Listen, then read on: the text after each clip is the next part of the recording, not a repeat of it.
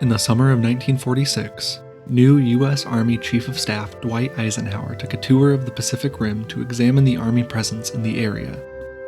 While in Tokyo, he stopped for dinner and conversation with his pal Douglas MacArthur. The Supreme Commander, quite sincerely, told his fellow five-star general that one of them would be president someday. When Eisenhower objected to the contrary, MacArthur slapped his colleague's knee and said with a smile on his face, "That's right, Ike. You go on like that and you'll get it for sure."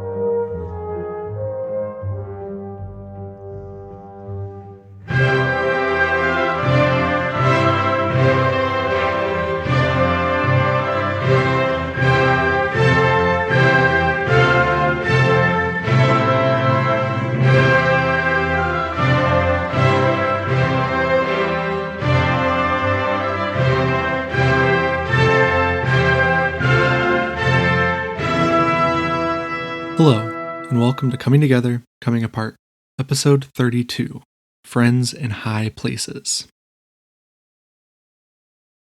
As we discussed last episode, Matthew Ridgway left his post in May of 1952 and was replaced in Tokyo by Mark Clark.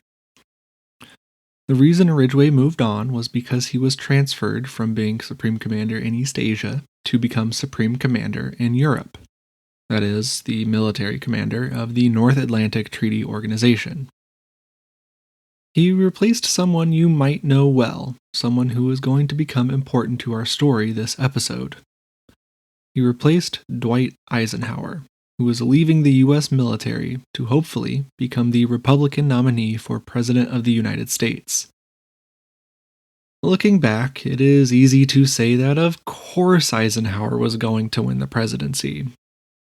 He was one of the three great American generals of World War II. He was unparalleled in popularity across both parties.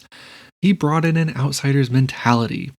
He won the last war, so he could probably win this war. At the time, though, it was not always so clear-cut. Members of both the Republican and Democratic parties tried to recruit Eisenhower to run in 1952. Although, as a lifelong Republican from a Republican family, his choice was easy. By the time he entered the primary contest, he was already behind his main opponent, Republican scion Robert Taft. Eisenhower was backed by moderate internationalist Republicans, and Taft was the leader of the conservative isolationist wing of the party. After a great deal of work and some adept politicking, Eisenhower won after the first round of voting saw his deputies on the convention floor convince the delegates from Minnesota to switch their votes to the general, putting him over the threshold needed for victory in his fight. He left the Chicago International Amphitheater as the immensely popular leader of a divided party, with the young California firebrand Richard Nixon at his side as his vice presidential nominee. Back in March of 1952, Harry Truman announced that he would not campaign for the presidency in the November election. He had decided as much at least 2 years earlier, but wanted to wait to see who the Republicans would put up. Eisenhower's entrance into the campaign meant that Truman's legacy would not be ravaged by a Taft administration, putting Truman's mind at ease without retiring from political life. Of course, he was also having a hard time in the primaries that year, but let's look past that. His announcement set off a whirlwind of activity leading up to the Democratic Convention in July, also taking place right here in Chicago. By the end of the convention, Illinois Governor Adlai Stevenson was selected as the Democratic nominee and faced a monumental uphill battle against the American public's opinion of Truman, whose popularity hovered around 25%. Given the Truman administration's actual inability to end the Korean War with a military victory, and their perceived inability so far to end the war with a negotiated victory, ending the war period became a big piece of the election and probably the biggest piece of the Eisenhower-Nixon platform. It was part of the Democratic platform as well, but because, surprise surprise, Eisenhower wins in November, understanding his view of the war and the actions he took during the campaign in regards to Korea is more important than understanding what Adlai Stevenson never said. Between Eisenhower's military background and the public's low opinion of the Truman administration's handling of the war so far, the 1952 election turned out to be a relatively easy victory for the Republicans. There were some bumps on the way, like a campaign finance scandal that nearly pushed Richard Nixon off the ticket entirely, and Ike's personal need to defend his old friend George Marshall from attacks from conservative Republicans while maintaining party unity. But by and large, the campaign went smoothly. Most historians I've read on the election consider his proclamation on October 25th, less than a fortnight before Election Day, that, if elected, he would go to Korea, the thing that clinched his landslide victory. Eisenhower ultimately won 39 states to Stevenson's 9, including Stevenson's home state of Illinois, and 442 electoral college votes to Stevenson's 89. This victory, along with the Republicans' new control of the Congress, gave Eisenhower a sweeping mandate for his first term. The Communists paid careful attention to the things Eisenhower said throughout the campaign. They understood that Korea was the defining issue of the election, and took a close look at who they would be up against come 1953. They took his statements on expanding the U.S. military and rolling back international communism, as well as his experience as probably the preeminent military commander of his day, at face value, quite understandably. They believed that, given Ike's leadership of the invasion of Normandy, he would press for another amphibious invasion in Korea as soon as he was in office. They also saw Ike's December visit to Korea, which we'll discuss in a minute, as a transparent effort by Ike to meet with his top military commanders to confer on plans for that invasion. Eisenhower's win signaled to the Communists that the current course of the war would not continue, and they thought they had a pretty good idea about how it would change.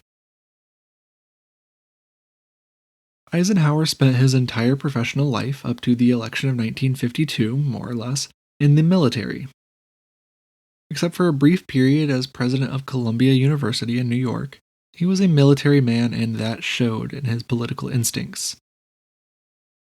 He understood the power of being down on the ground with his men, and he understood the value that would have back home with the voting public. That's why, when he made the promise to go to Korea just a week before Election Day, he meant it. In his congratulatory message, Truman offered Ike use of the presidential plane if he still wanted to go, which was a pretty partisan comment to slide in. But Ike was not going to back down, and wanted to go to Korea to better understand 1. The conditions on the ground, and 2. What it would take to end the war. Not win, end. Just to round out our discussion of Eisenhower before moving on, let's jump ahead to Ike's trip to Korea. So, Eisenhower wins the election in early November, and on November 29th, he flew to the peninsula aboard a military transport plane, not taking Truman up on his offer. The military men he flew with, along with his soon-to-be Attorney General and trusted advisor Herbert Brownell and his soon-to-be Defense Secretary Charles Wilson, were all of the opinion that there were just 2 options to end the war. Continue the present course of the war to grind down the enemy, or mount a large offensive to end it with a military victory. Eisenhower at least heard out the commanders he would soon command before dismissing their thoughts of indefinite stalemate or atomic offensive. Eisenhower understood where they were coming from, but he also understood that his electoral victory boiled down to his promise to end the war, and he intended to keep that promise at a minimal cost to the American public. Eisenhower did not allow those around him to sway his opinion on the matter, including Syngman Rhee, who thought the new president would be more amicable to what Rhee saw as the only way forward. UN Commander-in-Chief Mark Clark even kept Ike up until 3 in the morning the night before his departure, attempting to convince the president-elect that the best way to end the war was to win the war with atomic weapons, attacks on communist China itself, and the use of Chinese nationalist troops. Like the others, Clark failed to convince his new boss. And personally, I think we're all at least a bit better off for that. Regardless, Eisenhower left Korea with the understanding that it was his job to end the war on the best possible terms for his country, not to turn Korea into the tinder for the next global firestorm.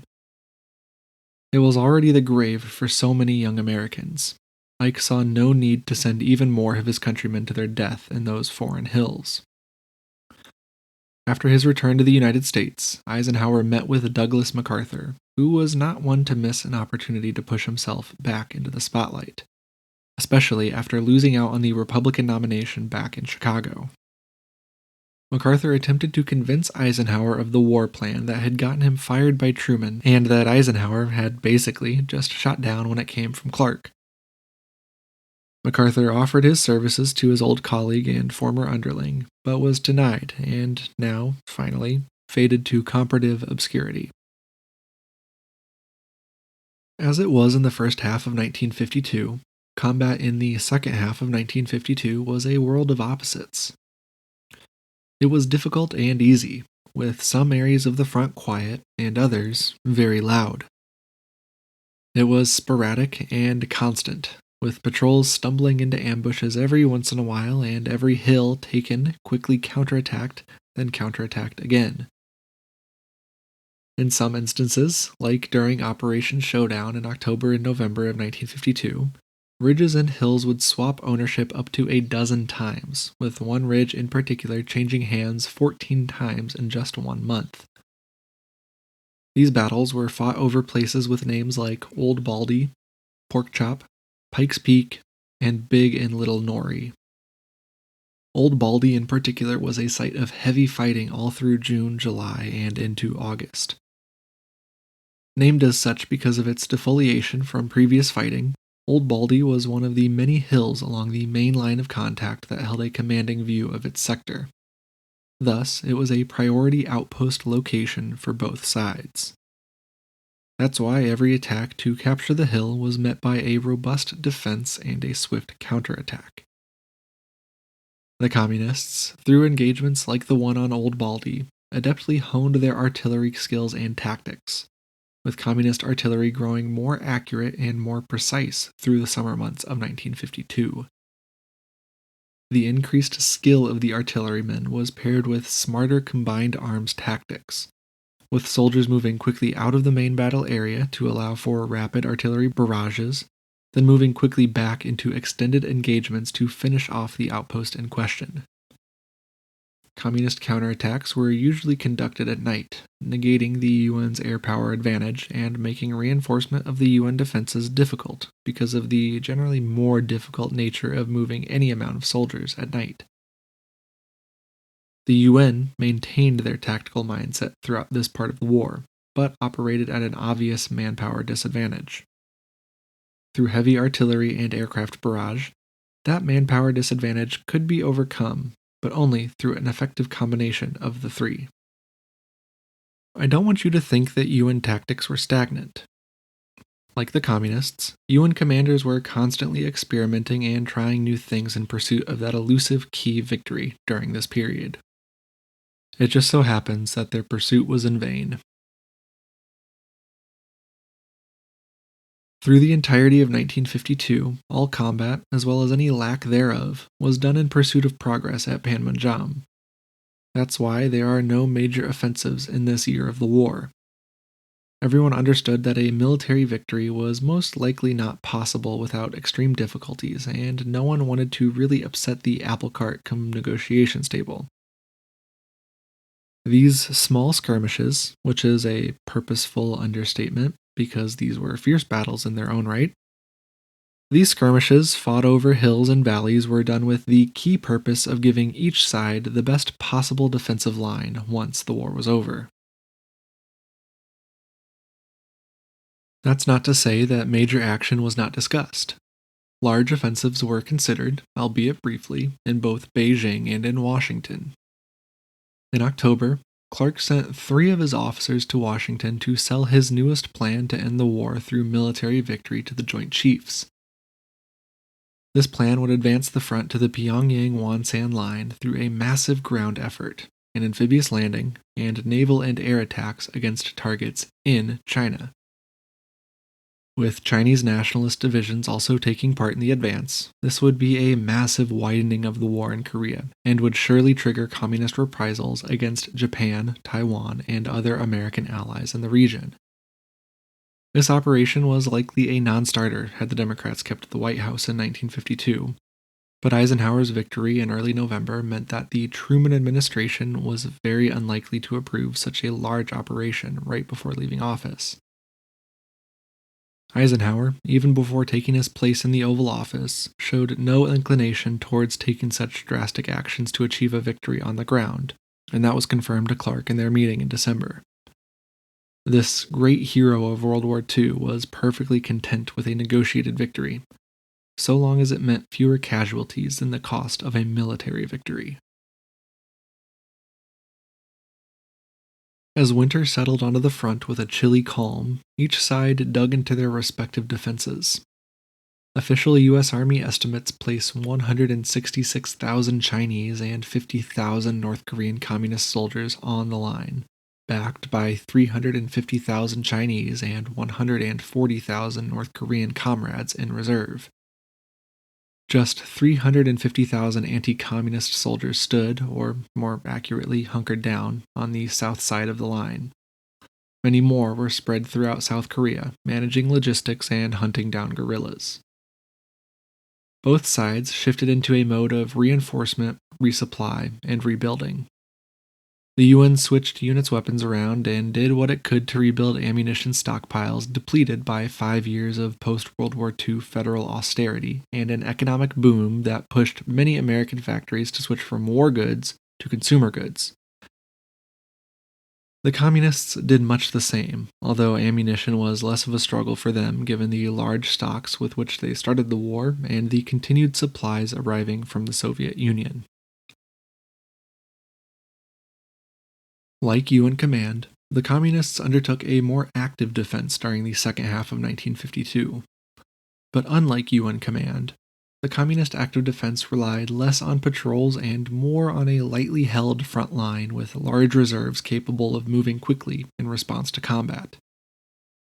This zone defense allowed Communist Command to lower the overall costs in supplies and casualties of maintaining a cohesive front while maintaining its ability to respond quick enough to new instances of enemy contact.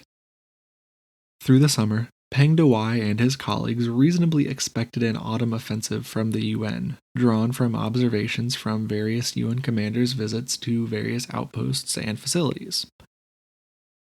When key preparations for this offensive did not happen, specifically the lack of a marshalling of UN forces in Japan, the Communists decided to undertake an offensive of their own. This offensive was not to be a grand offensive like those of the earlier phases of the war, but really a set of smaller, tactical advances that would put them in a better position post-armistice and send Clark a message that they were serious about winning. For this Lille offensive, 3 PVA armies were given orders to attack between 3 and 5 targets each over the course of late September and early October, to fight only when and where they had high expectations of victory, and then break contact for the winter. These battles built the PVA's knowledge of tactical offensives, allowing them to build better battle plans for future offensives. Specifically, these battles proved the need for greater cooperation with artillery before and during advances, and with our engineering battalions to ensure enough tunnels were placed close enough to the target to maximize their element of surprise against the enemy. This knowledge was put to the test in a larger offensive in October that, frankly, fizzled out without anything more than a few days of brutal, seesawing fighting. Then, like their enemy, the Communists settled in for the harsh Korean winter. At the end of June, Brigadier General William Harrison presented Clark with a plan to present a new set of POW numbers to the Communists and then leverage their expected refusal into securing a new rescreening process administered by neutral nations. And if that didn't work, UN Command would just release every POW that chose non-repatriation. Like earlier plans to unilaterally release POWs, this was met with a bit of excitement in Tokyo and Washington, but was mostly a non starter. The only reason Harrison even entertained this idea was because the issue of POWs, specifically Article 51 of the draft armistice agreement concerning POWs, was the only thing keeping the draft agreement from becoming the final agreement. The problem was not that either side disagreed with the wording of Article 51. The problem was that both sides looked at Article 51 and drew from it different conclusions. The article in question states that all prisoners held in custody at the time the armistice agreement became effective would be returned. UN Command understood this very plainly, with plans to release any prisoner in UN custody at the implementation of the armistice.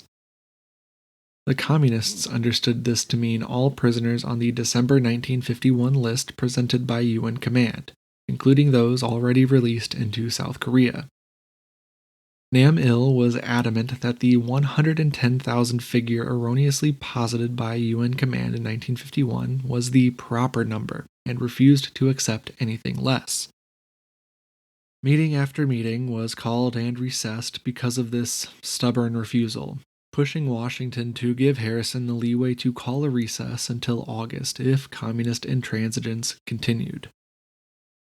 After a year of negotiations, 2 million words, spoken in 800 hours of meetings, produced no armistice agreement.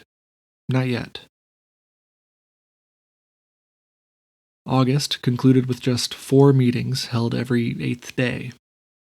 Again, neither side changed their position enough to forge an agreement. The next shift at Panmunjom came at the end of September, when Clark announced that 11,000 South Korean civilians were previously misclassified as POWs and were to be reclassified as civilian internees. Beginning October 1st, UN Command would release these internees as a solely internal matter. This was part of Clark's larger campaign to increase the pressure on the communists in Panmunjom. The South Koreans released were those men captured by the KPA early in the war and impressed into service in their enemy's army. These men were then captured again by the UN and had spent their time in a sort of custody purgatory.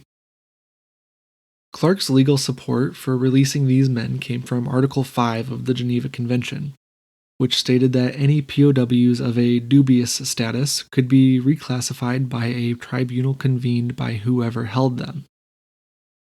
Clark stretched that legal support through his reclassification without a tribunal, but the action stood nonetheless. Nam, of course, protested the action, but his protests fell on purposefully deaf ears. Clark's desire to push the communists towards a settlement on the POW issue at Panmunjom was born from a desire to keep the matter out of the hands of the expected post-armistice political conference.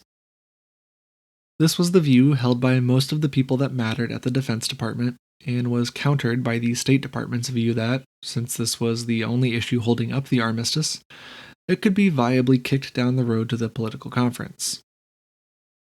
This difference in opinion was only reconciled by Truman's decision on the 24th of September to include the POW issue in the armistice and not leave it for later.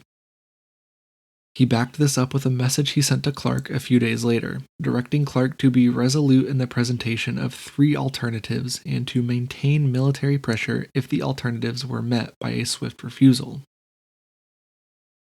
On the 28th, Harrison presented those alternatives. 1. All POWs held by both sides would be screened by the Red Cross or by joint military teams and then immediately considered repatriated, allowing them to choose whether to return home or to the side that detained them. 2. All repatriate POWs would be exchanged quickly, and all non-repatriate POWs would be rescreened. Or 3. All repatriate POWs would be exchanged quickly, and all non-repatriates would be taken to the demilitarized zone and just released, free to go wherever they choose. Harrison proposed the communists consider these options over a 10-day recess, but Nam requested a recess until just that afternoon. Unsurprisingly, Nam rejected the alternatives, stating, "You have only used different forms and ways to decorate the unreasonable demands upon which your side has persistently insisted." End quote. He proposed a 10-day recess, which ended on the 8th of October. That day, both sides repeated their previous positions. This meeting then ended with an indefinite recess as the UN delegates left Panmunjom, saying they would only return if the communists were willing to compromise on POWs. No one knew when or if they would return to that table. The communists quickly blamed this newest recess on UN command. To ensure that these changes were well refuted to those that mattered, Dean Acheson, U.S. Secretary of State, spoke to the United Nations Political Committee on October 24th, reassuring them that UN command was willing to return to the table if the communists were willing to accept voluntary non-repatriation. To reinforce his point, he argued that the Soviets had previously supported voluntary non-repatriation when it benefited them, and that it was interesting that they were not pressuring their allies to accept this when it was not to their benefit. The Canadian delegate to the committee informally proposed that the matter be left to a post-armistice political conference, but this remained an informal proposal with no support because of the Americans' previous internal discussions about that option. In November, the Indian delegate to the UN proposed a repatriation commission that would mollify both sides, comprised of 2 nations from each, and that would essentially enable voluntary repatriation for all POWs under the guidance of the Commission. This proposal was widely viewed as a potential solution by other member states, but the United States did not like it, so it was thrown out. The Americans' main issue with the proposal was that the Commission would just refer non-repatriates to a political conference after 90 days and did not really allow for fully voluntary non-repatriation. The already dead proposal was further killed when the Soviet and Chinese foreign ministers railed against the plan. And nevertheless, the General Assembly approved the Indian resolution. Like many UN resolutions, though, it required nothing of anyone and did not actually change anything. From the very beginning of the war, the United States successfully harnessed the potential of the United Nations towards its own ends. Since the end of the war, no international coalition has been as successful in fulfilling its mission as the one that fought in Korea between 1950 and 1953. Certainly, this coalition failed in other ways, like its inability to end the war with a military victory, but as defined by its founding document, Security Council Resolution 83 from June 27, 1950, UN Command's mission was to, quote, repel the armed attack and to restore international peace and security in the area, end quote. We can debate all day how successful they were or were not on the second half of that mission, but it's pretty clear by the second half of 1952 that this coalition of openly anti-communist allies had repelled the armed attack on South Korea by North Korea. Like pretty much every coalition the United States has ever been a part of, one of the chief criticisms of UN Command was that the non-American allies partaking therein were basically worthless, and that the Americans shouldered most of the burden, financially and in terms of casualties. This isn't a necessarily wrong criticism. The United States did take a good portion of the brunt of the war, not nearly as much as South Korea, obviously, but much more than other non-Korean, non-American partners. The other members of UN Command did have a meaningful impact on the outcome of the war, though, even if it was much smaller than it maybe could have been. Every country that sent troops sent either a reasonably sized contingent given their capability, or had other stuff going on that was more important to them. That all said, I'm sure many of the Americans and Koreans fighting alongside the Turks, the Ethiopians, or the Colombians appreciated their presence, because the fighting men of those countries in Korea set themselves apart with their courage against the enemy. The Greek, French, Dutch, Thai, Filipino, and British Commonwealth units, including Brits, Canadians, Australians, and New Zealanders, also all fought immensely well, and were considered by both commanders in the field and military leaders back in Washington to be a valuable asset to the war effort. 5 countries also provided medical support to UN command, with Sweden, India, Denmark, Italy, and Norway sending full medical teams for the duration of the war, bolstering an important aspect of the war effort and saving countless lives through their work.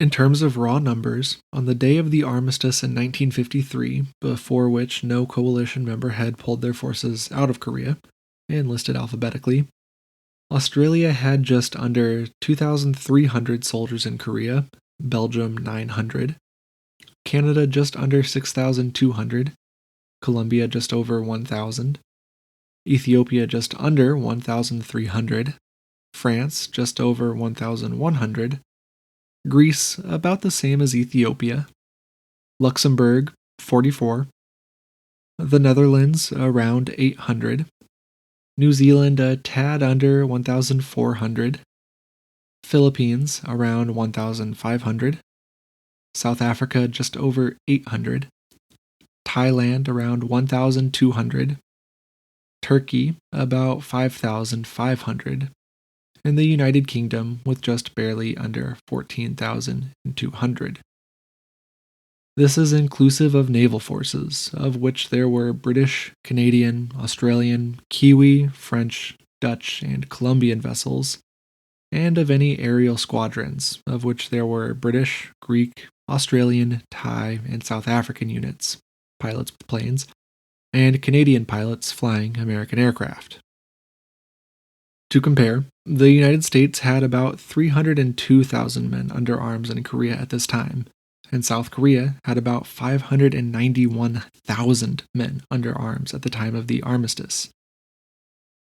In all, about 15% of the total front was controlled by UN coalition troops, with the Americans managing logistics for all but the Commonwealth Division.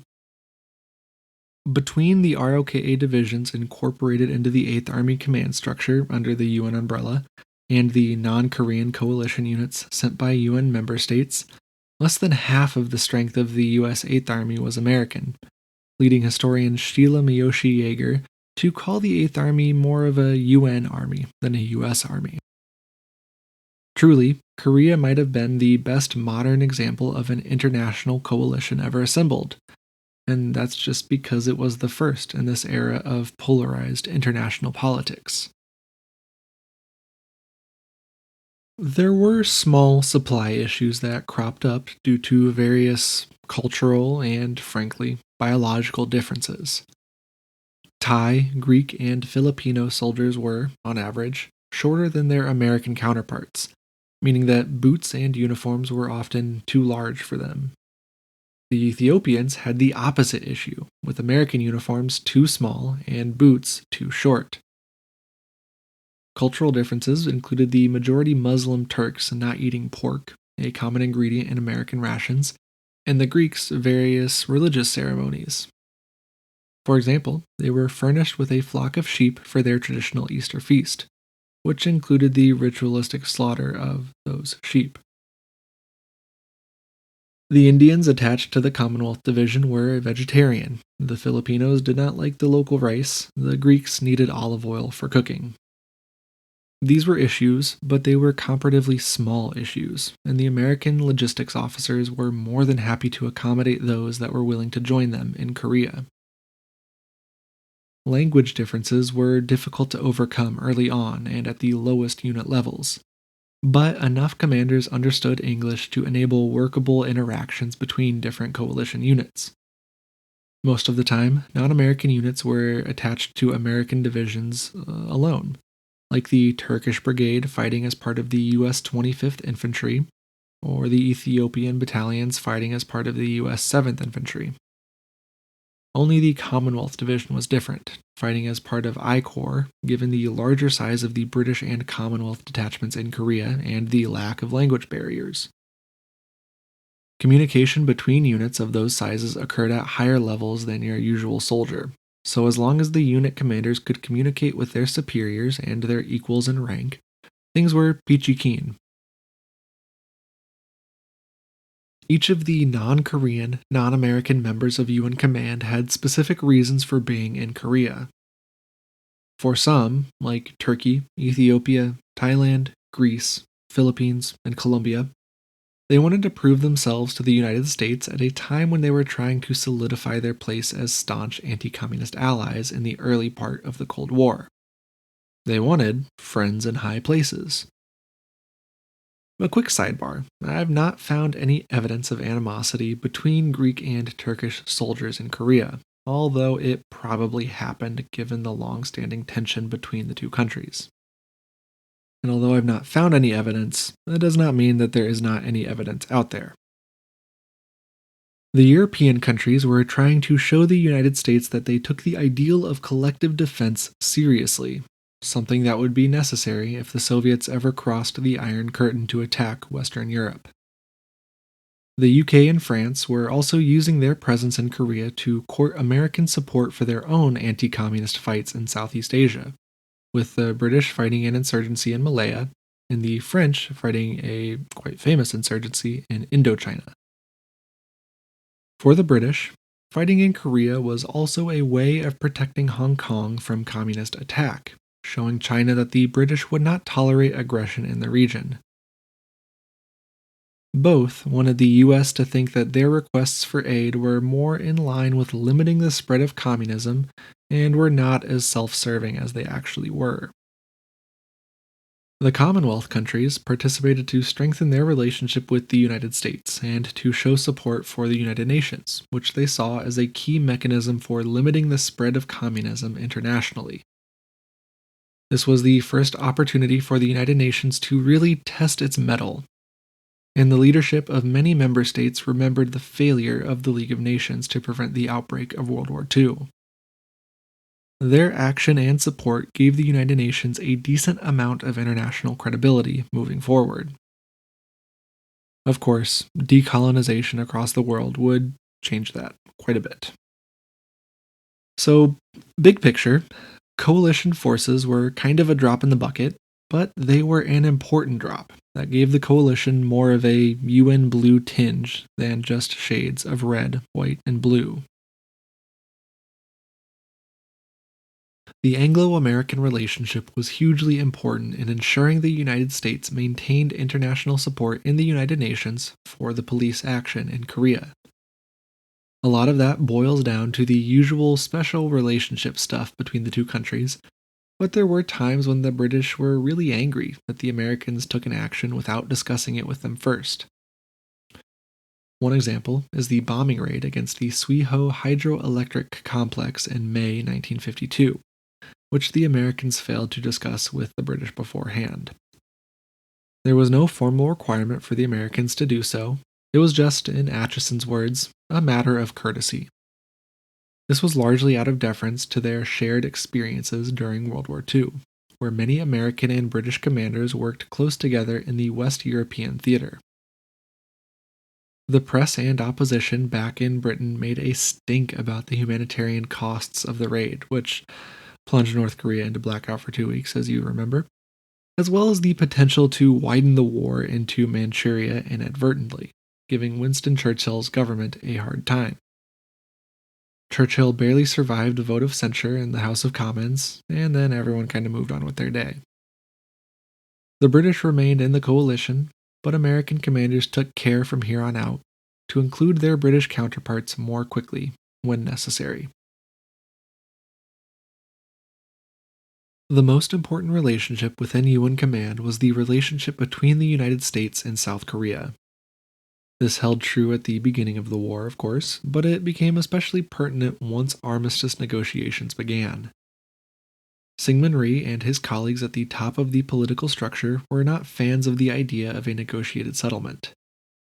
At multiple points throughout the negotiations, Rhee attempted to maneuver his country's way out of the process.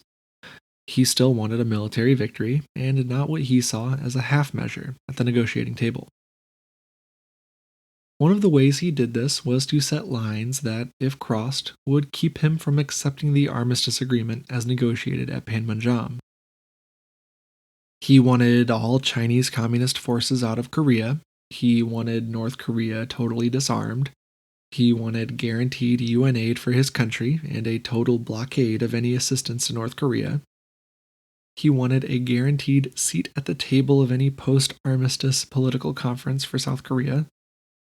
And he wanted assurances of South Korean territorial integrity.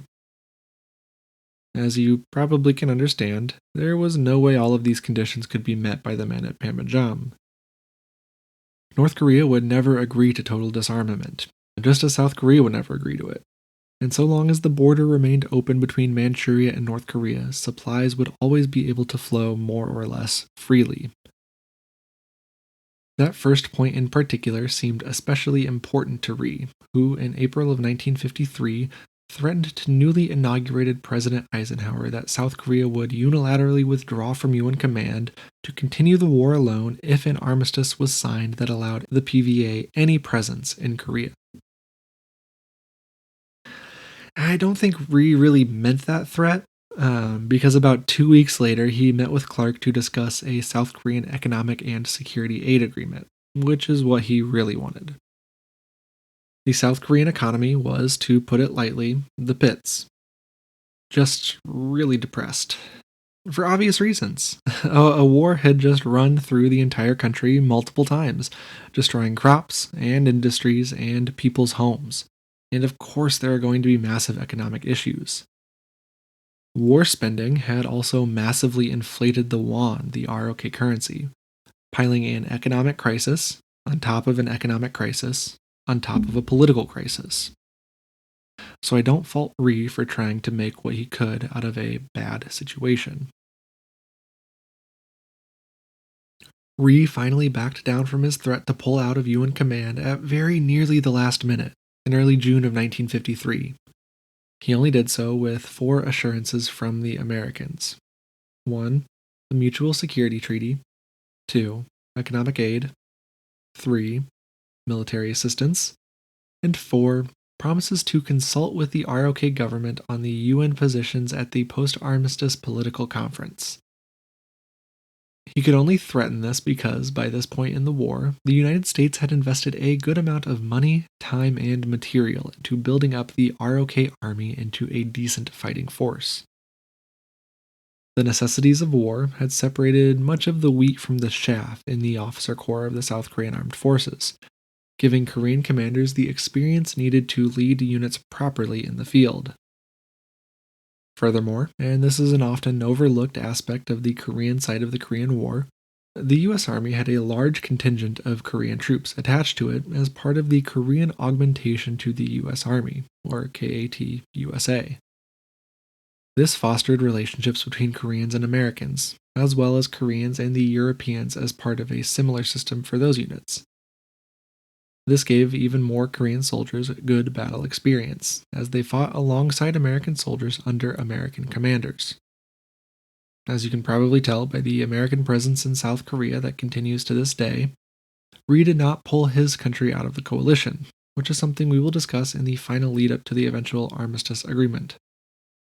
Just know, throughout the entire war, Rhee was a real thorn in the side of the Americans, always testing the limits of what he could do within his bilateral and coalition relationships with his American benefactors. With his promotion, Mark Clark was not just in charge of the United Nations forces in Korea, he was also in charge of the United States occupation of Japan. One oft overlooked aspect of the Korean War, I think, is the participation of Japan in the war. Now, they did not send a fighting force to Korea, although some individuals were mistakenly sent to Korea and put on the front, accidentally. Japanese participation was limited to 4 areas that were vital to the war effort nonetheless. 1. The use of the Japanese home islands as the logistics hub for UN forces in Korea. 2. The use of Okinawa as a base for American heavy bombers. 3. The use of Japanese shipping vessels and their crews. And 4. The use of Japanese minesweeping ships off the coast of Korea. All of this caused heavy American investment into the Japanese economy. The American presence in Japan touched every aspect of the Japanese economy throughout the entire occupation, but especially during the Korean War. Areas immediately outside of American bases were bustling commercial centers. American investment flowed heavily through the shipping, transportation, and manufacturing industries, and much of the country's employment was tied up in an American investment or contract in some way. There's a reason some historians call the Korean War Japan's Marshall Plan, which was the massive American rebuilding and investment effort in Europe after World War II. The war effort really jump-started the Japanese economy after the devastation of the last war. A lot of Japanese laborers also made a decent amount of money working in Korea. To limit their exposure, because their capture would be a propaganda home run for the communists, they lived in ships docked at various ports well behind the front and worked for UN forces in Korea as attendants, day laborers, and the like. For point 2, the Americans took control of Okinawa after the end of the war and used it as a base for almost the entire heavy bomber force in the Western Pacific. Its importance to the war effort is pretty self-explanatory from there, given our past discussion about the impact of heavy bombing on North Korea during the war. The local Okinawans were fearful that the presence of American bombers made it a target for attack if the communists chose to widen the war. And that's a fear that's never really gone away since then, with the American military still holding a large presence on the island through the Vietnam War until today. For point 3, Japanese shipping enabled huge amounts of cargo to travel between the American ships that dropped them off in Japan and the American soldiers that needed it in Korea. This was a huge economic boon to the industry in Japan, and it is part of why it is such a globally connected country today. For the sailors on those ships, this was less of a good thing. Some of those sailors crewed the LSTs that ran up on the beaches of Incheon, putting them directly into the line of fire. For others, they were just weary of Chinese or Soviet naval attacks on their ships. For point 4, there's no official count of the number of Japanese that died during the war. Minesweeping at sea was a dangerous job, though, with multiple minesweeping vessels sunk by the North Koreans' heavy mine-laying efforts. At least one Japanese national died aboard a minesweeper. The men that served aboard those ships were not happy with their assignment and often protested their mission, earning the ire of their bosses on the ships and back at port. This was a consistent bugbear for the Americans in managing their relationship with what would become the kernel for a new Japanese naval force. Lastly, and this is probably the most important aspect of Japan's involvement in the war, the Korean War gave the United States the excuse to both limit its occupation of Japan and to extend its occupation of Japan.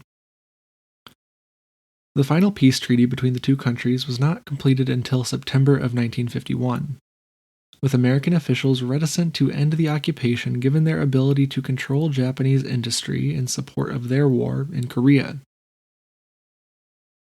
If Japan was given independence before the proper agreements were in place to keep the flow of supplies and troops open between Korea and the United States, there could be hiccups that would spell disaster on the peninsula.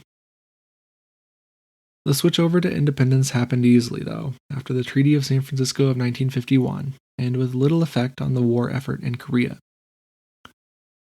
The war also gave the United States an excuse to start rebuilding the Japanese military. After the outbreak of the war and the rapid transfer of U.S. occupation forces to Korea, MacArthur authorized a 75,000-man strong national police force that would take over some internal security responsibilities. Under Ridgway and Clark, the force expanded, with its policemen undergoing rigorous training, including training in the use of machine guns and rocket launchers. Totally normal police equipment. This expansion was against the Japanese desire for limited domestic defense capabilities, but dang it, the United States really needed to be sure that Japan wouldn't be a hole in the Pacific perimeter. So the expansion continued to 110,000 by 1953. On April 28, 1952, the American occupation of Japan ended, and the land of the rising sun was once again a sovereign nation. Nothing much changed, though, and UN supplies and soldiers continued to flow in and out of Korea through Japan. Still to this day, Japan has one of the largest contingents of American military personnel outside of the United States. The act of coalition building for the Communists was much more straightforward. While it was not fate that the Chinese would enter the war, their long standing interests in keeping a barrier state between themselves and their enemies on the Korean Peninsula made their entrance more obvious than not. Soviet support for both the North Koreans and Chinese in the war was also not fateful, but quite clearly in line with Soviet foreign policy objectives at the time to challenge the Americans wherever they could.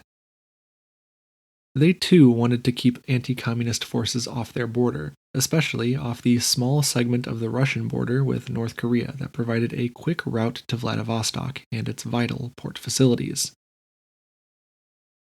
Just as the Soviets had amalgamated the states of Eastern Europe into the Eastern Bloc of communist countries as both the price of its sacrifice in World War II and as a barrier between itself and its new enemies, so too did they want to build their influence in East Asia, a long-standing interest of Moscow's, and build an eastern barrier between itself and its enemies in Asia, specifically Japan. The Chinese and Soviets both saw Japan as one of the key enemies of the war because they recognized Japan's role in the Korean conflict and in the larger American defensive perimeter in the Pacific. Also, remember, both faced serious defeats against Japan in the last 50 years, meaning that both remained weary of any influence Japan may or may not have had over the UN's war effort in Korea, or even any influence Japan might have tried to build up in the region. This was, to minimize a lot of nuance, old conflicts playing out in new ways amidst the backdrop of the Cold War. In short, everyone brought a lot of baggage to Korea, whether they recognized it or not. Admittedly, me calling this a coalition is not entirely accurate. But for our semi non academic purposes, we'll stick with it purely because it provides us a framework for thinking about the ways in which the communists worked together in the context of Korea compared to the ways the United Nations worked in Korea. Although the coalition building itself was not difficult, because most everything had to happen with Stalin's support, maneuvering within that coalition could be difficult for the Chinese and North Koreans, because most everything had to happen with Stalin's support. Stalin's goals were his own, were sometimes not in line with his East Asian allies, and were not always even in the best interests of those allies. That means that often, Chinese and North Korean officials would have to change the framing of their requests or the wording of their requests or just try to find Stalin at a different time. As we will see next episode, Stalin wanted to continue the war so long as his allies were willing because he recognized public dissatisfaction with the war in the United States, keeping the negotiations at Panmunjom stalled until, well, we'll just talk about what happens to Stalin next episode. In the meantime, he was more than content with allowing the Chinese and Koreans to fight and die to weaken the Americans' desire to keep fighting. He did not urge them on, he just encouraged them to hold out at Panmunjom until the Americans offered more agreeable terms for an armistice. Any such terms would not come in time for Stalin to again voice his opinion on the matter. Before ending today, I'd like to mention an area of the war I've not mentioned enough throughout this series so far: propaganda.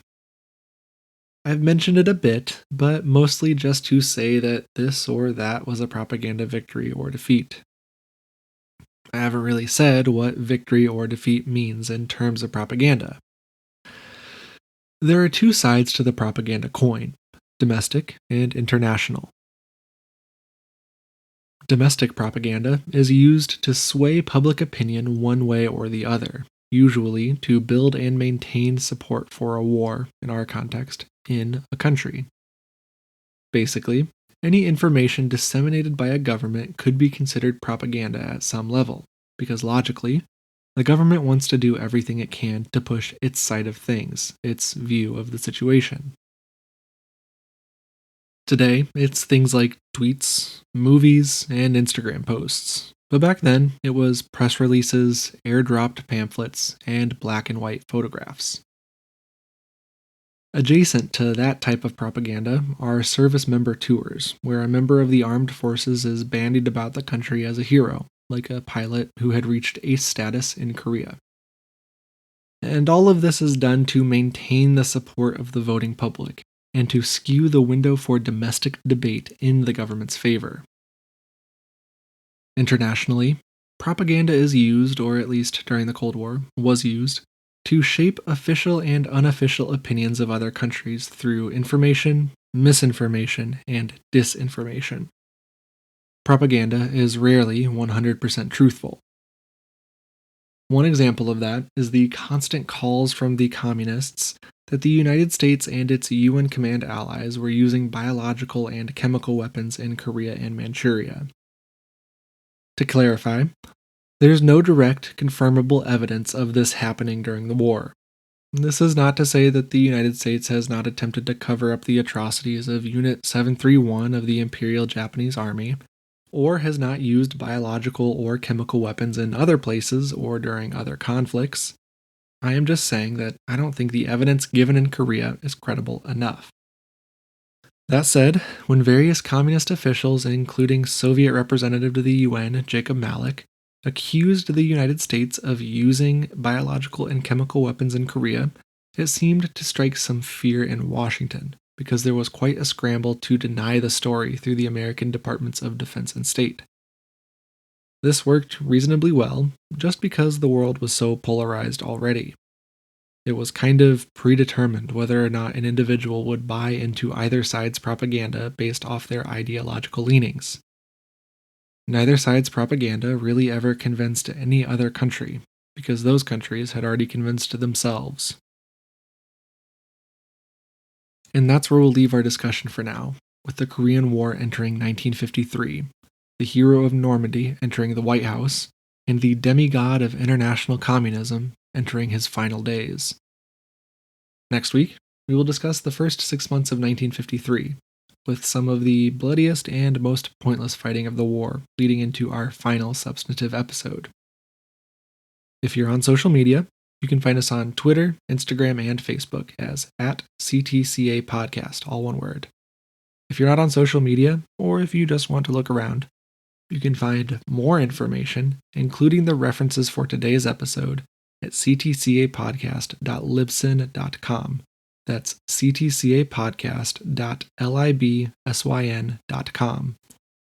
Please be sure to subscribe and leave a rating wherever you listen to podcasts. As always, I am your host, Trevor Owens, and this is Coming Together, Coming Apart. Thank you for listening, and I hope you have an enjoyable week.